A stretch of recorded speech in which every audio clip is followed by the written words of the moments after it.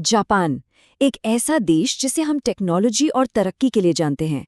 लेकिन क्या हो अगर ये कहा जाए कि इसी देश की गलियों से एक ऐसी खौफनाक शहरी कहानी निकली जिसने एक पूरे के पूरे आधुनिक देश को दहशत में डाल दिया था। तो चलिए, आज कुचिसाके ओना यानी चीरे हुए मुंह वाली औरत की इस डरावनी कहानी और उसके पीछे छिपे डर को समझते हैं। जरा सोचिए, 1970s का जापान। एक तरफ देश में बुलेट ट्रेनें दौड़ रही थीं, ऊंची ऊंची इमारतें बन रही थीं, देश भविष्य की तरफ भाग रहा था। लेकिन दूसरी तरफ समाज के अंदर एक बहुत गहरा बदलाव भी आ रहा था। और अक्सर ऐसा होता है कि जब समाज इतनी तेजी से बदलता है तो पुराने डर, पुराने खौफ एक नई और ज्यादा डरावनी शक्ल में लौट कर आते हैं। और देखिए, ये सिर्फ कोई बच्चों को डराने वाली कहानी नहीं थी। नहीं, ये एक असली डर था, एक सामूहिक खौफ था जिसका असर असल दुनिया पर साफ साफ दिख रहा था। इसने पूरे समाज को सचमुच हिलाकर रख दिया था। कुचिसाके ओना का खौफ इस कदर फैल गया था कि माता-पिता अपने बच्चों को स्कूल भेजने तक से डरने लगे थे। बच्चों को खेलने के लिए बाहर नहीं जाने दिया जाता था। पार्क, खेल के मैदान सब वीरान पड़ गए थे। ये सिर्फ एक आत्मा का डर नहीं था, ये उस अनजाने खतरे का डर था जो तेजी से बदलते शहरों की किसी भी अंधेरी गली में छिपा हो सकता था। तो सवाल ये है कि आखिर ये थी कौन? कौन थी वो जिसके नाम से पूरा जापान कांप रहा था? चलिए, उस रहस्यमयी औरत से मिलते हैं। कल्पना कीजिए, रात में किसी सुनसान गली से गुजर रहे हैं और आपको एक औरत दिखाई देती है। चेहरे पर एक सर्जिकल मास्क है, जो उस दौर में जापान में काफी आम था। तो पहली नजर में तो कुछ भी अजीब नहीं लगता, सिर्फ उसकी आंखें नजर आ रही हैं। और फिर वो आपको रोकती है, खासकर बच्चों को, और पूछती है एक बहुत ही मासूम सा सवाल, क्या मैं खूबसूरत हूं? अब देखिए, उसकी आंखें इतनी खूबसूरत होती थीं कि कोई भी, और खासकर बच्चे, उस पर शक ही नहीं करते थे। उन्हें लगता कि ये तो एक सीधा सा सवाल है और वो झट से कह देते थे हाँ।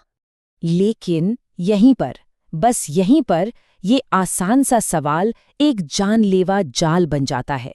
एक ऐसा जाल जहां से बचना नामुमकिन था।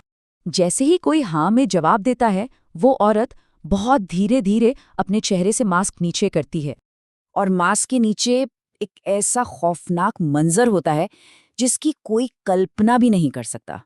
उसका मुंह बेरहमी से कटा हुआ था, एक कान से लेकर दूसरे कान तक एक गहरा भयानक घाव, जैसे किसी ने तेज चाकू से उसका चेहरा चीर दिया हो।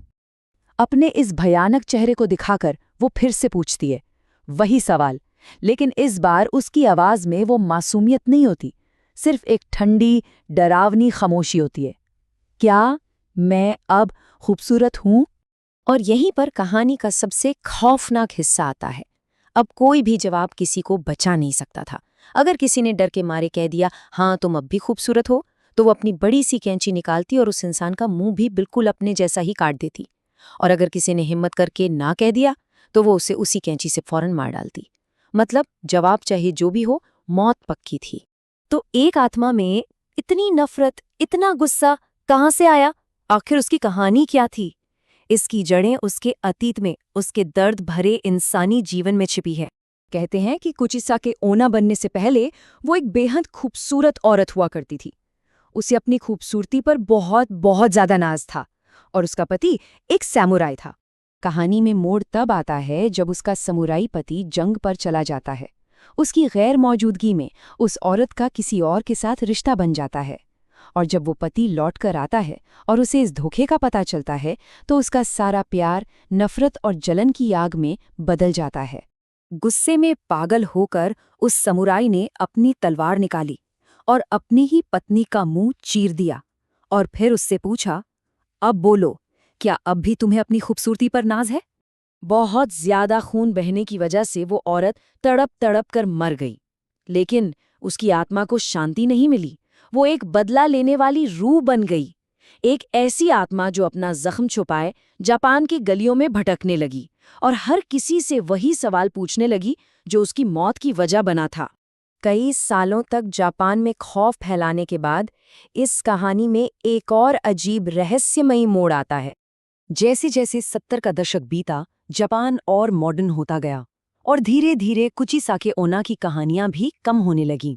कमाल की बात यह है कि जिस तरह वो अचानक आई थी, ठीक उसी तरह वो अचानक गायब भी हो गई। डर खत्म हो गया, लेकिन अपने पीछे कई सवाल छोड़ गया। ये वो सवाल है जिनका जवाब आज तक किसी के पास नहीं है। वो क्यों आई थी और वो क्यों चली गई? क्या वो सच में कोई आत्मा थी या फिर उस दौर के सामाजिक बदलाव और डर का एक चेहरा? शायद जब समाज को अपने डर के लिए एक चेहरे की जरूरत खत्म हो गई, तो वो कहानी भी कहीं खो गई। और ये कथा हमें एक आखिरी परेशान करने वाले सवाल के साथ छोड़ जाती है। सोचिए जरा, अगर कभी कोई मास्क पहनी औरत मिले और वो पूछे कि क्या वो खूबसूरत है, तो क्या कोई जवाब देने के बजाय उससे ये पूछने की हिम्मत करेगा कि वो जापान छोड़कर क्यों चली गई थी? शायद कुछ राज राज ही रहे तो बेहतर है।